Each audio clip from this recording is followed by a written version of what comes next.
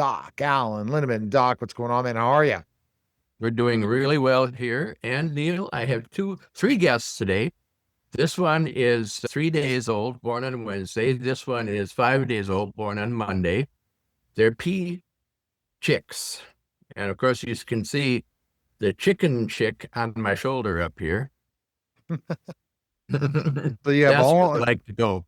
All right. So they're the guests today, and amazing guests. And so you're going to try to interview with them on your shoulders.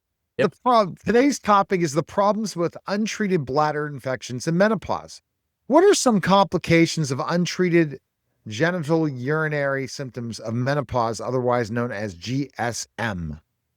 There are many, but the worst one is sepsis. That's a blood infection that you get from an untreated bladder infection, goes to kidney infection, goes to the blood. What is the recommended treatment for bladder infections associated with menopause? It has been for the last probably 20 years or so, vaginal estrogen. That is Premarin. So it's the hormone that is estradiol, is the hormone that women are missing in menopause. Is the concern about the serious nature of urinary tract infections in postmenopausal women new? That's a tough question. Hard to get it out. No. Sometimes things get so old, they're new, and that's really what this is. Some people think it's new, and the ACOG, American College of OB-GYN, seem to think it's new again, but indeed the idea is very old. It was around 51 years ago when I started medical school. And today we're infatuated with something called antibiotic stewardship. So we're not supposed to check for bladder infections. On the other hand, we get punished severely for untreated bladder infections. So that's the federal government for you. Okay. This sounds like you're talking about prevention. Yes, our government gives lip service to prevention, but the idea of giving estrogen to women to prevent postmenopausal UTIs has been around for about 80 years, starting in about 1940 with the introduction of Premarin from Canada. Who was the first manufacturer of Premarin? It was made in Canada. Eris was the first manufacturer. Then it was acquired by Wyeth once it got to the United States. And then guess what? Sold to Pfizer. Is the absence of hormone replacement therapy associated with higher incidence of recurrent UTIs in postmenopausal women? Yes, it is. We used to call this HRT. Now it's hormone replacement therapy. Now we call it menopausal hormone therapy. But that is associated with a much lower incidence of recurrent UTIs in postmenopausal women. What is the best medication for hormone replacement therapy? That's a matter of opinion, but my opinion is that the estradiol patch is the best because estradiol is the hormone that women are missing in menopause. It's the hormone that keeps them healthier than men until they hit menopause. Is it important to measure estradiol hormone levels? That is a hotly debated topic today. There's a whole bunch of people who think that the world revolves around measuring hormone levels. On the other hand, there are those who would like to shoot the people who recommend that. The more accurate, some people believe, I believe, that the more accurate goal is symptom relief.